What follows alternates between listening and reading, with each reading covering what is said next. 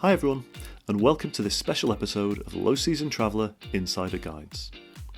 I'm your host, Jed Brown, founder of Low Season Traveller, and some of you may know that we work very closely with both the World Tourism Association for Culture and Heritage and also My Travel Research. As a part of this relationship, we've been organising a series of tourism recovery webinars where we speak to global industry leaders from the tourism industry and seek to learn how we can come out of this current situation with more resilience. Our first keynote this week was with Dr. David Beirman, who's the world's leading authority on crisis and resilience within the tourism industry. For this podcast, I wanted to share with you all some of the Q&A session which formed part of this overall session, as I suspect many of you will have had similar questions yourselves.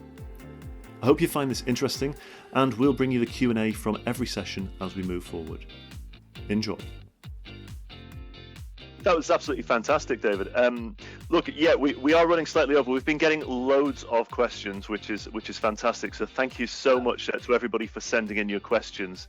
If it's okay with you, David, let's dive straight into those questions if you're up for that. So first of all, we've got a question here. As an existing tour operator specializing in the domestic market, 12 years in business in Melbourne, how do I engage with travel agents when our prices are clearly displayed on our webpage? So with this, how do agents make money when they obviously will want to make commission? We would look non-competitive to our existing markets if you were to carte blanche raise prices, say 10%. Well, I think if you're going to if you expect a travel agents to sell your product, you need to be able to provide them with an incentive to do so. You can't expect them to say, okay, I've marked my prices at such and such a level, but you can't have any of it if you sell my product.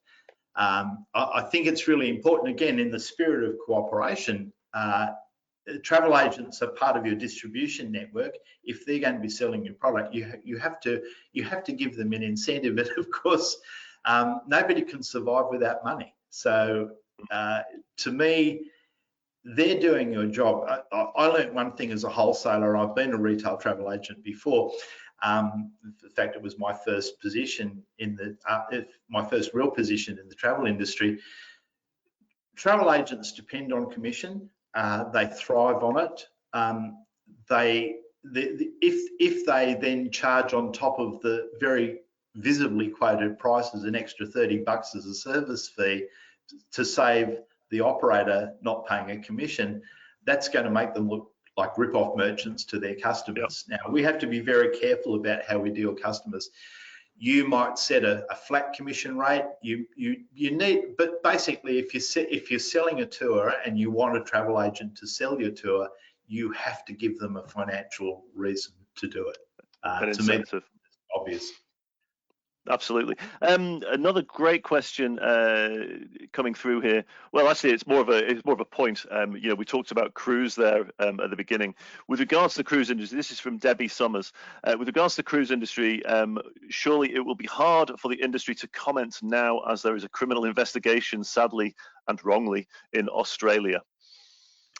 Well, the industry itself can comment. I mean, CLIA, which is Cruise Lines International Association, and I can actually tell you this quite directly.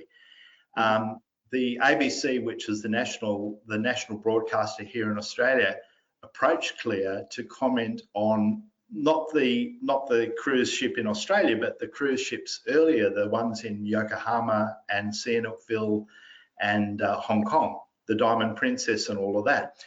And CLIA refused to comment. The guy I've learnt everything about cruising from, who is a regular guest lecturer of mine, the most wonderful trainer on cruising that I've ever met, and who knows 100 times more than I did, wanted to comment, but his organisation, his association for whom he trains for, wouldn't let him speak to the media.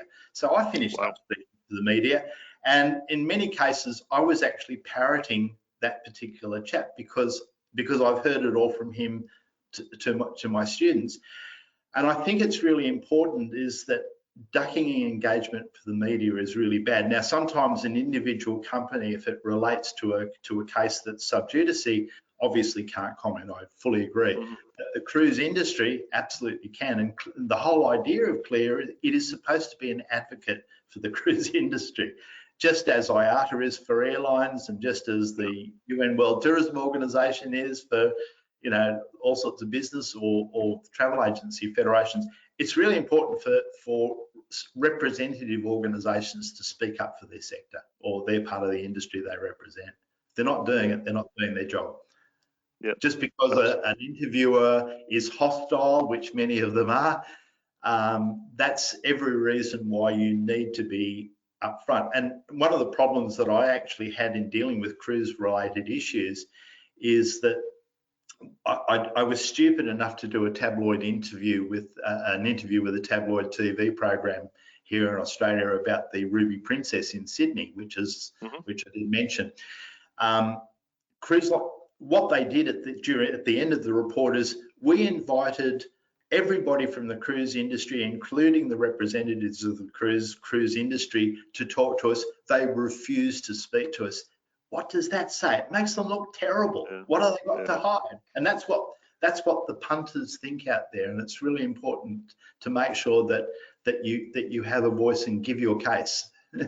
Yeah, it was interesting actually. I noticed that a lot of the cruise industry have been coming out quite bullish in this, saying our bookings are up for next year, and there's no problems. And I don't know if that's particularly helpful either, because no one's doing well out of this. And to come out and say of all the industries, cruise, we're actually seeing massive increases next year. And I suspect, I don't know if you have any thoughts on this, but I suspect that a lot of that is these cruise vouchers for forward bookings are just being used to book for next year. So yeah, of course, next year's looking up, but this year's probably a write-off. Well, as you know, in the cruise industry, of course, although the average age of cruise passengers have gone down a lot, there's still a pretty huge cohort of people who are in the over 65, of which I happen to be a member of that cohort. And in many cases, you sort of think, well, okay, if I'm going to die of a disease, let me have a lot of fun on a cruise. Because it really doesn't matter. So I think, I think there is a large cohort of cruise passengers who would cruise no matter what happened, because they figured, what have I got to lose? Another great question. Sorry, we've got so many questions coming through. I'm just really conscious of time. Let me just get that was it.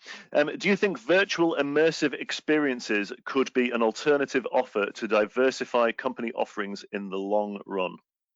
Yes, I do. I think they're an alternative. They're a very creative alternative now. We are living in the virtual world, and I think they could be a very creative, a very good idea for the future as well. Let's be honest about this. There are some countries it's going to take a long time before we can go and visit them again. So if you can give a virtual alternative, great. And you're still selling a travel product when you start thinking about it, even if it's a virtual one. Yeah. Nothing like the real thing, but it's still it is an alternative, and I'm sure it would be probably a lot cheaper for the consumer, and could still be actually a good money spinner for the people who are providing the service. You could actually charge a decent margin. Yeah. Like I say, right now, that's all we have. Another great question from Singapore. What is your assessment of business travel, including meetings and conferences? Do you think that it will recover much faster than leisure travel? In what ways will it be different from pre-pandemic business travel? Okay, very, very good question. Obviously, during the coronavirus, we've found that business people are obviously, as we are right now, engaging on webinars and teleconferences and video conferences. It works pretty well. Look, we know, particularly in a lot of societies, there's nothing better than being able to press the flesh, whether we're talking about the G7, the G20s, politicians, diplomats, business people. But we are finding that a lot of businesses have learnt to live with the online environment. So I suspect that business travel is actually going to have to work very hard to encourage people to do business the way they used to. We've had this extended period of people doing business online, doing education online. I never thought in my wildest nightmares I'd be doing all of my lectures on Zoom.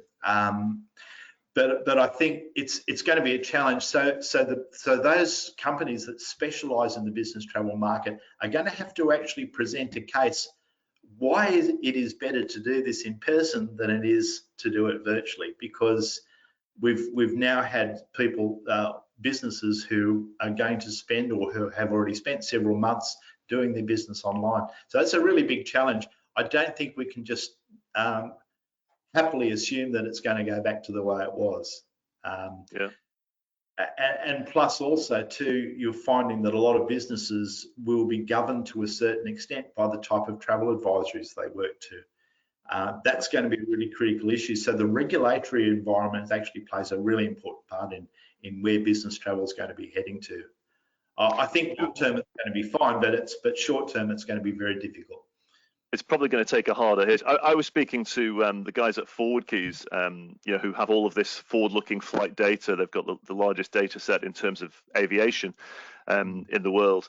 We recorded a podcast yesterday, and Olivier Ponty from Forward Keys was highlighting that actually business travel has been the worst affected. When you look at the different types of travel, in terms of the forward-looking bookings, as well as what's been going on for the past few months, business travel is the one that has seen by far the biggest losses. And therefore, he was saying, I asked him the same question, do you think business travel is going to recover at the same rate, a different rate as leisure travel and VFR? He was saying that all of the data suggests that business travel, if it is going to recover to pre-COVID levels, it's going to take a long time. I think you're right, Jed, and I think he's also correct as well too. Look, just talking about universities, we've basically, we've been basically told over the second half of the year, you can't travel. Our budgets have been frozen because a lot of businesses also too have lost money through coronavirus, not just in terms of their tourism. So they're actually also being much leaner and meaner in terms of about the way they're spending their money. So travel for a lot of businesses is still seen as discretionary, especially in the current environment. So yeah, it's going to be tough for the business travel market, but I think a lot of it depends on how well you market business travel and create that value proposition for it. So that's going to be a really good marketing challenge for our friend from Singapore. Yeah, for sure. One of the points that you raised in your presentation, you're talking about things that businesses can do. Everybody's kind of hibernating a little bit at the moment because there's no bookings really as such to be had, and we're talking about giving people their holidays now. You have to take your holiday now as a way of sort of helping to pay them, but obviously a way of sort of saving money. And that kind of struck a chord with me because a lot of industries now, everybody's doing that. So I've spoken to people who are in different industries completely, and they've been furloughed or whatever else, and they're also told, you have to take your annual leave now. And in some cases, that extends into, they're providing their employees with some of their leave entitlement for 2021. Is that an issue with people booking vacations then in the future? Because they're not going to have the time. If they have the money and they have still got the job security and everything else, if they have the money, they might not necessarily actually have the time from their employers to take a vacation. That's a pretty good question. Actually, I must admit it wasn't something that was on my radar, but you're absolutely right. It is going to be a problem because we talk about being time poor, losing leisure. If you have to take a holiday when you can't really do anything much with it, it seems like a waste, but it's something that I think is being foisted on us. I mean, I guess there is the option of some people, particularly if they feel that they have some job security, is maybe to take some of their future leave as leave without pay, which some people might do. I think people will certainly be feeling very cloistered. And I think the natural response to that is, I've got to get away. I've got to start moving. We've really got to try and, I think as an industry, we need to inculcate that in people's minds that this is a release, even if it's going to cost you a little bit. Because my gut feeling is that we probably will find that travel is going to cost us a little bit more next year than it did this year, or than it did last year actually. Yeah, I think that's my feeling as well. That we're going to see. We were looking at again, like everybody, I guess, on this particular webinar, and yourself as well. Been attending a lot of different webinars on different sections. I've got a bit of an aviation background, so I've been following closely the situation in aviation. And what I found interesting was I found a report very recently by Credit Suisse, which was liquidity of a number of quite major airlines, global airlines in the world, actually including Qantas on there. And it was saying that they all had liquidity for an average of 3 months. I think Qantas was less, actually, before they're, basically in massive trouble, stroke going under. And it was saying that liquidity is on average doubled to up to 6 months if they don't pay out the refunds that everybody's due for the travel, which actually hasn't happened. So the feeling seems to be in aviation terms, and it's been predicted for a few years that we're going to see a mass consolidation, and airlines are absolutely going to go under as a result of this, which is going to force prices up. No question about that, Jed. And what's interesting, I get a speaker from the Centre for Aviation coming to talk to my students every year, and he's their chief analyst.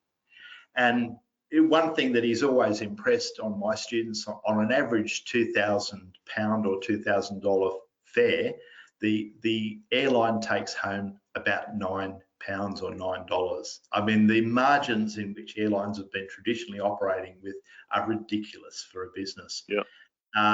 And sure, when the volumes have been up, many of them have posted quite healthy profits. But as soon as you get a situation, as we're finding now, when you don't have full planes, financially they go to pieces very quickly, because hardly any airline in the world, even the most profitable ones, and you mentioned Qantas as one of those, they don't really have enough lazy cash to sustain them for a prolonged crisis.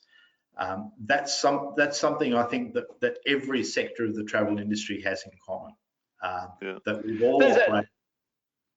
And I was just going to say, with the airlines though, is it the case that really they've been artificially, propped up for actually quite a long time? I mean, it's incredible how how low the profit margins are for airlines, and yet there always seems to be more entering the fray. And Boeing and Airbus have been churning out 737 and 787. There are certain parts of their business that do well. So, for example, the most profitable part of most airline services, particularly with the big carriers, has actually been their frequent flyer programs.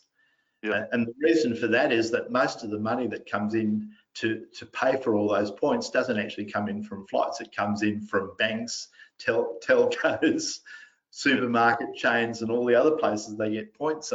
So that part of the business really does very well. And it's interesting whether you're talking about British Airways or you're talking about United Airlines, or whether we're talking about Qantas or Lufthansa, frequent flyer programs are huge money spinners. And that's, again, gives you that whole question about being a little bit creative in terms of how you look at sourcing your income streams. Yeah, this actually links to, we're sort of talking about, well, I think actually if Carolyn is there, Carolyn, have we got a poll actually on to ask, because we've still got a lot of attendees online, and I think that we had a poll to ask, did people think that the price of aviation and flights was going to increase? Are we able to have that poll, Carolyn? Ah, there we go. Yes, you are.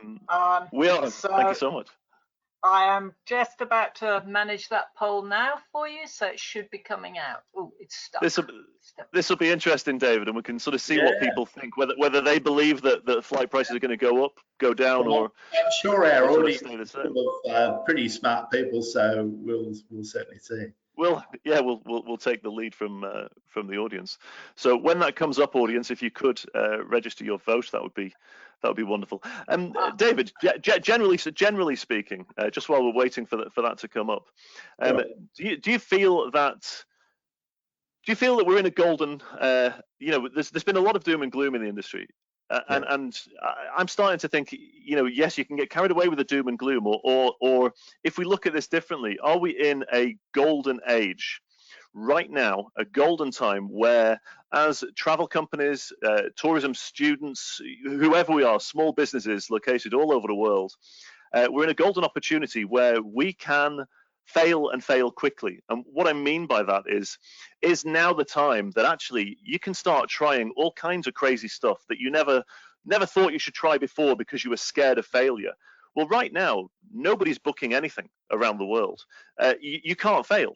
You can't fail. There's nothing you can do to fail because we're already at a rock bottom. I laugh, I think it's an incredible. But you know what I mean? Like, what an opportunity just to try stuff, because you can't go wrong. What's the worst that's going to happen? No bookings coming in. Well, hey, there's no bookings coming in anyway. So are we at a golden age of liberation where we can actually just, without fear of failure, just go out there and do that stuff?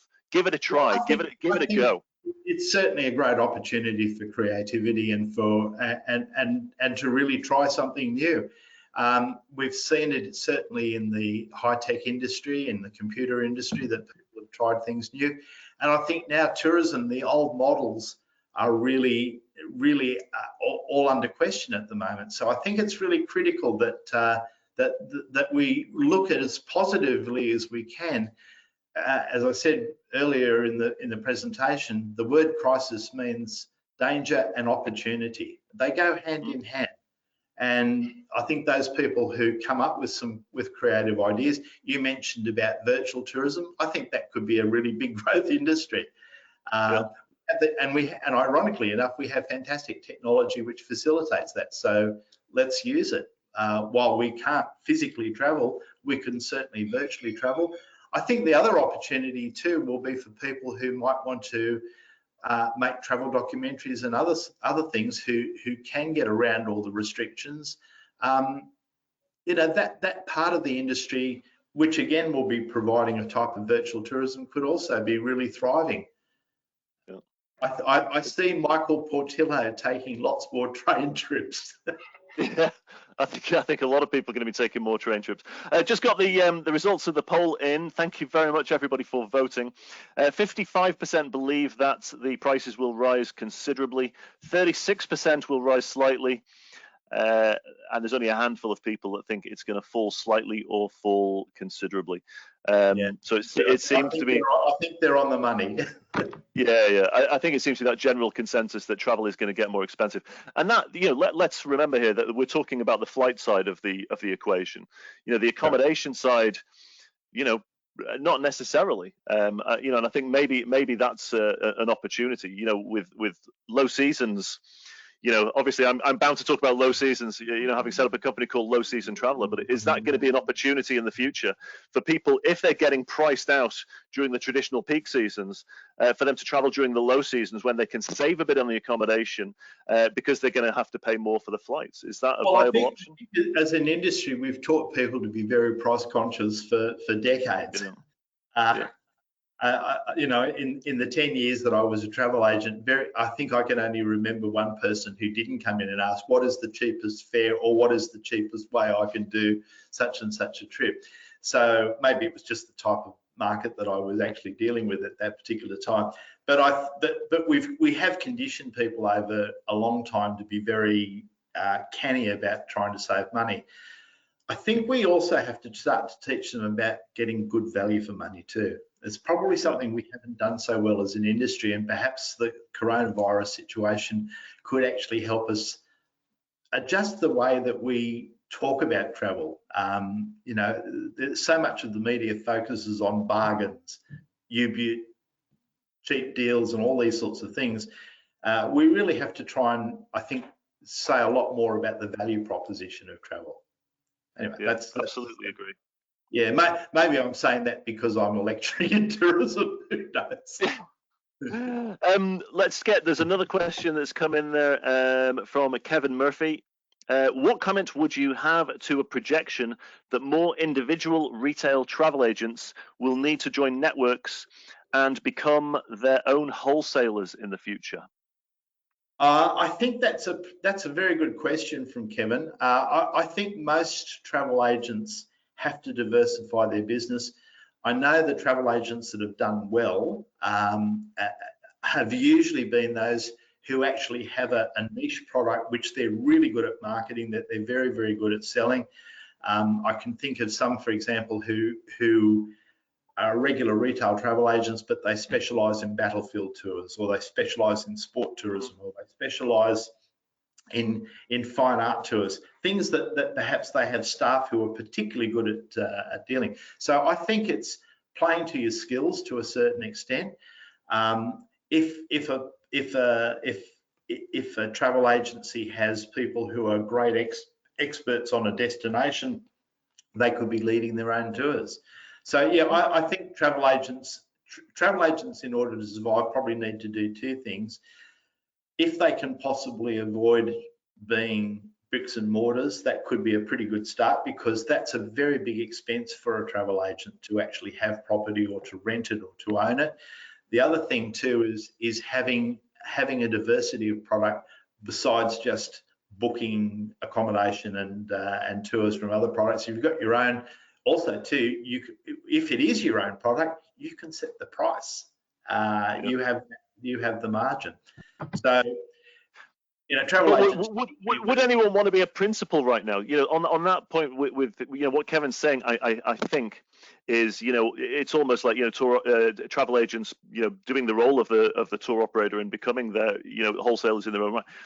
Would anybody want to be a principal right now? To be the one who is responsible for pulling that package together? Given that at the moment, and I don't know what it's like in Australia, you can tell us. In Europe and certainly in the UK, you've got millions of people that booked for and paid their air tickets and their accommodation as part of a package for future months, and legally they're supposed to get a refund within 14 days if the travel hasn't been provided or it's had to be cancelled. And for the most part, hardly any are paying out on it, because if they did, they'd go bust. Yeah. So now we're getting, in the UK, we're getting, of course, all of the legal companies, the lawyers. It's like, the payment protection insurance. They're all jumping on now saying, hey, did you have a holiday book that's been cancelled? Have you not received your refund? We'll help you do it, and obviously they'll take a cut. Well, is that the kind of thing that's playing out in Australia as well? It does. It's interesting. I've got a travel lawyer as my next week's guest speaker, who's one of the best in the business, and they're doing really well, by the way. Yeah, I'm sure they are. They're probably. Who would be a principal right now? I mean, that's got to be a risky place to be in, hey? I would say I would be much happier being a principal in the UK than I would be in Australia. Really? That is because your protection, the protection policies for those businesses which actually go out of business are a hell of a lot better than they are in this part of the world. Really? Well, I remember the Thomas Cook collapse. I actually did a paper on the Thomas Cook collapse and compared it with the types of consumer protections, if a business goes bust, are great for the consumers. They really are. British consumers and European consumers are much better protected than our consumers here in this part of the world. It's a question of risk. I think there's always a risk. You can either wildly succeed, and you mentioned this yourself, Jed, you can wildly succeed or you can wildly fail. It depends on your appetite for risk, and quite frankly,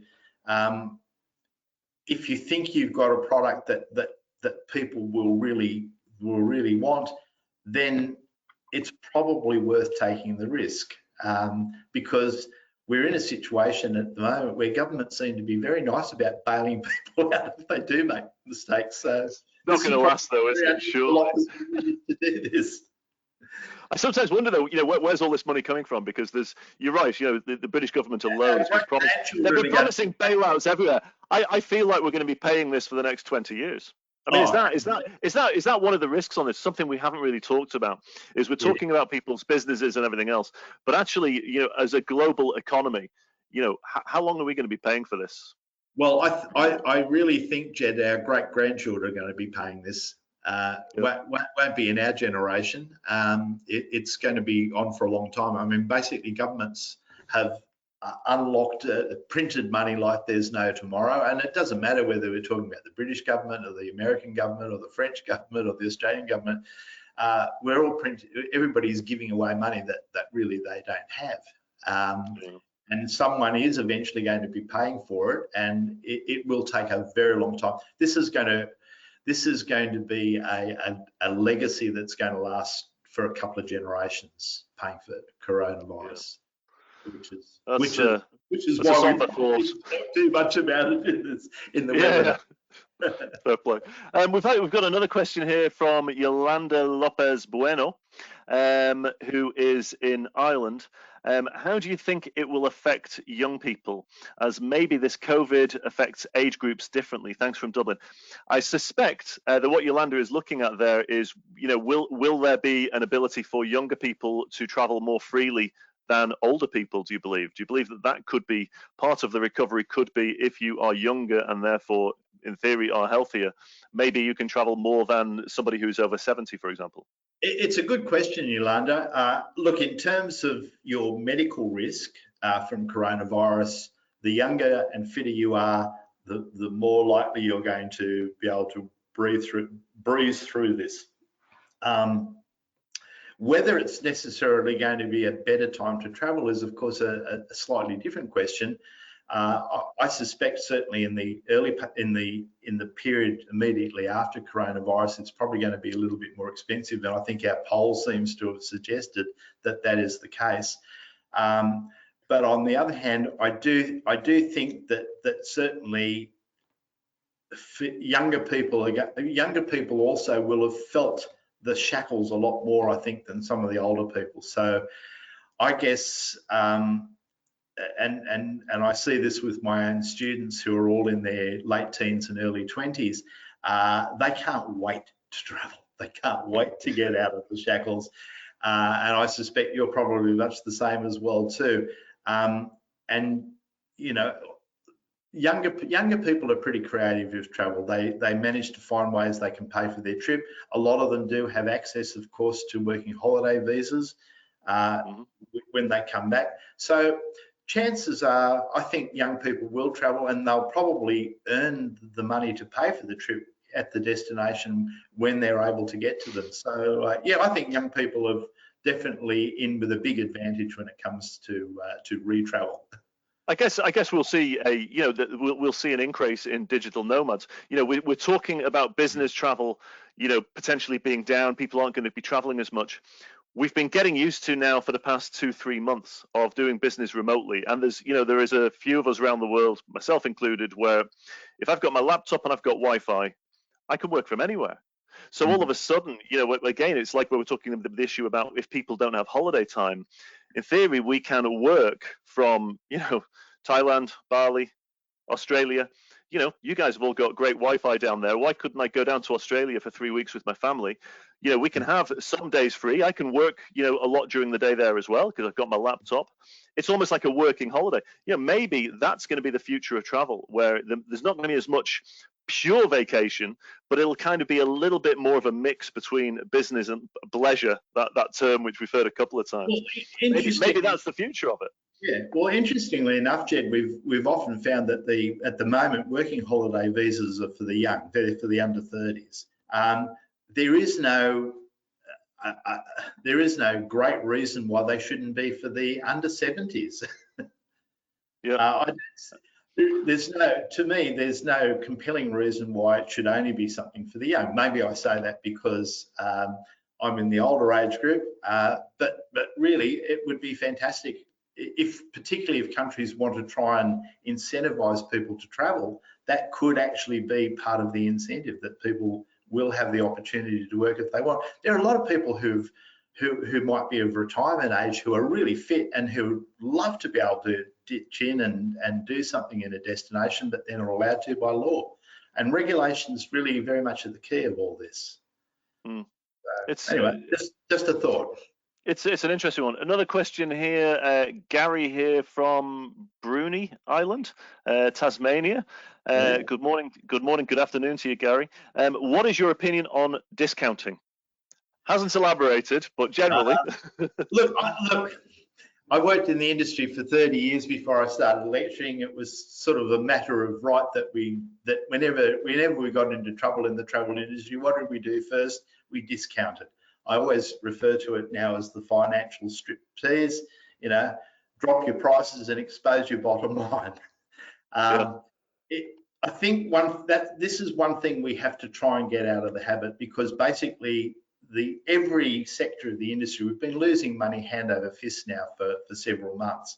we've realised that the old model of minimal margins, lots of turnover, are not very healthy in terms of business survival, and it's put us into a more difficult situation there. So I would really advise most businesses to try and avoid discounting as much as you can. If you want to incentivize people, try and find a value-added way to do it, which isn't going to cost money, but it's going to look like it costs money. Yeah. It was interesting, actually. I was speaking to somebody recently on this is on the hotel side, and again, I don't know if any of our listeners today or participants are from the hotel side of the industry, and it was a quote which had been heard from Bill Marriott, who was saying, look, what you do in a time of crisis if you're a hotelier is you close the bottom floors of the hotel, and basically every client that comes, they get an automatic upgrade as high as you can upgrade them, but give them an experience that's going to knock them off. So rather than discounting, just absolutely, upgrade them, give them that wow experience, which is going to send them away with nothing but positive stuff. But you're still saving on the costs by closing the lower floors. And I thought that was an interesting take on it. So instead of discounting, it's just all about value adds, but to the extreme. Give as much as you can on the value adds. Yeah, I couldn't agree more. It's much better to give somebody a free breakfast than it is to give them a 50% discount, because the free breakfast isn't going to cost the hotel very much. And I think Bill Marriott's absolutely right. Better to have your rooms being used than being empty, even if that's a low price. So yeah, again, we've got to be creative about this. I think consumers have every right to expect to get some bang for their buck, and they certainly should. Yeah, super. I think that's about all we've got time for. We have run over our allotted time. Is there any more questions, Carolyn? Did you get any more questions through your side that we can post to David before he goes? Yes, we did just get one, Jed, from one of our other panelists. John Koldowski is on the call, and I think the panelist mechanism is slightly separate. So it's going to be a hard question if it's John's question. It is. I might just unmute John so that he can share it himself for you. So, John, would you like to? You have the floor. Oh, it's gone all shy. He's not there. He's gone to make a brew. Well, no, actually, I think the problem maybe he's dialing in from China. So we are the mice who are running in and out of the Great Firewall of China at the moment. So, but I think his question is one that people would be interested in. So if we do have just a few more minutes to take it, he was asking about the issue of seasonality in the aftermath of COVID-19, because we know that historically viruses are at a premium at certain times of year. So I guess what he actually said to me was there any issues with doing that? So could this be a seasonal problem? Any thoughts on likelihood, and if it is, how could we handle that? It's a bit hard to say at the moment. I mean, usually with a flu-like virus, and we certainly had this experience with SARS, and we also had it with MERS, and we also had it with swine flu, is that the prevalence of it went down in the winter time. Now, the problem that we've got with COVID-19 is it's global. So while one part of the world, the Northern Hemisphere, is now going into summer, and logic would probably dictate that the growth of coronavirus is probably going to reduce. In the Southern Hemisphere, we're coming into winter, so that Southern Hemisphere countries may actually be worse affected by it, because flus do tend to be at their worst during winters. And of course, the outbreak in China was of course right in the middle of the northern winter, and hopefully we could actually see. And I guess it's a difficult thing to do. I'm not a medical doctor, so I don't try and pretend to be an expert on this one, but certainly tracking SARS in particular, which was mainly a Northern Hemisphere, it pretty much went off the table by the middle of the northern summer, because it did happen mainly in Northern Asia and Southeast Asia. So it's a good question, because the majority of cases of coronavirus are in the Northern Hemisphere. We sort of gave that list at the beginning. it could actually start to reduce. We certainly hope that it does, because that could also hasten the growth of travel. I mean, interestingly enough, both New Zealand and Australia have done a lot to what we call flatten the curve of coronavirus, but a lot of other Southern Hemisphere countries, and I put Indonesia, of course, in that category, are finding that coronavirus is going quite rampant in those places. So it's a good question, as always, from John. I would like to think that the onset of summer in the Northern Hemisphere will actually slow it down quite a lot, but how much and to what extent, and there's so many things we don't know about coronavirus. That's really one of the biggest problems. That doesn't just include non-medical people like me, but it includes, you know, distinguished doctors and virologists. Good point. A point in from Kevin Murphy again. New seasonalities will need to emerge that will flatten demand into lower use periods, and those will require new approaches to those attracted to a change in seasonality from those previously preferred. If successful, this will lead to more sustainable employment and business steadying. Well, that's the point of my organisation. That's why we were set up. In the first instance, it was to combat over tourism, and the irony is, you know, this was before obviously coronavirus came on the scene, but it was all about trying to sort of flatten the demand curve and to promote the low seasons as a positive experience rather than distressed stock. And I think that this whole coronavirus situation is going to hasten that, because the flight prices are going to go up. I think that if everybody is going to be able to travel as they used to be able to travel, they're going to have to start spilling more into the lower seasons, which will spread the tourism demand, which will make it more sustainable. And I think that could be one of the positive, I guess, outturns from this situation. Any other questions? Any more questions from your side, Carolyn, that you've been getting through? No, I think you've actually covered most of them, Jed. I think you've dealt with the one which we've had probably about 5 times, which is can we have the slides? Yeah, sorry, I was going to say that. I thought I'd said it at the beginning. Of course, we will be sharing all of the slides from David at the end of this, and we'll make sure that they're available on LinkedIn, Facebook, and all of the usual places, including the websites at My Travel Research, of course. And hopefully you'll be able to turn them over quicker than I was able to.